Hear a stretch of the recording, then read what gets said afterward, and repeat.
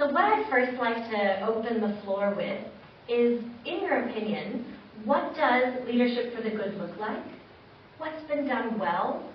What's not been done so well? Do you have any specific examples that come to mind when you hear such a big question like this? The example that probably I've found over the last couple of months, year and a bit, that's vexed me the most. So in those 3 Royal Commissions, I think I've had interviews with maybe 8,000 Victorians.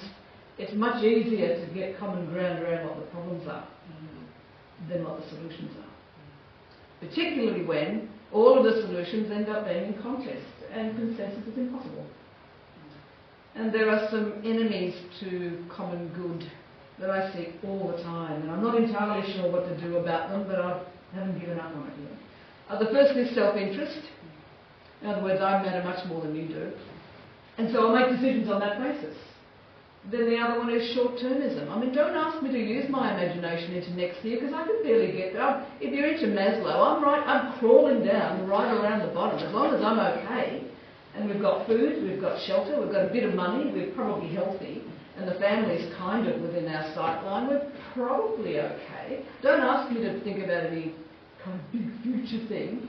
And the energy crisis, I only worry about it when the bills come in or when the lights go off. The self-interest, short-termism, and the other one is decisions made on popularism.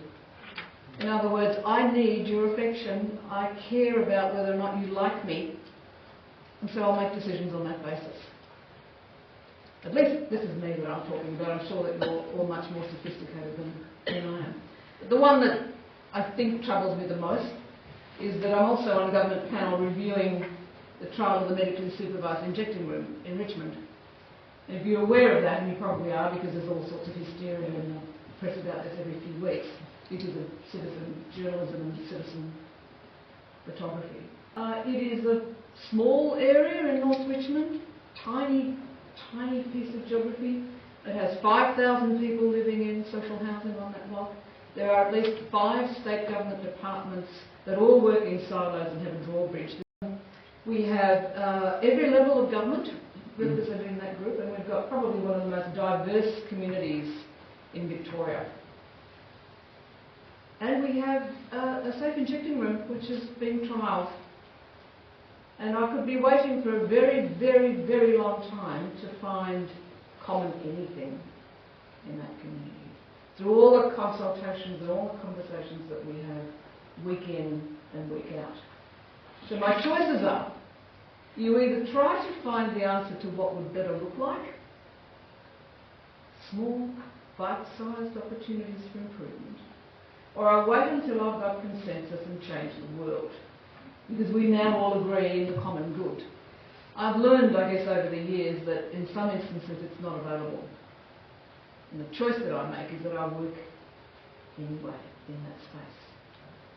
So I'd love the common good to be more about. In fact, life as a CEO, as a Pro-Vice Chancellor and working in a minister's office was much easier than working in the community, which is full of the messes that we all create.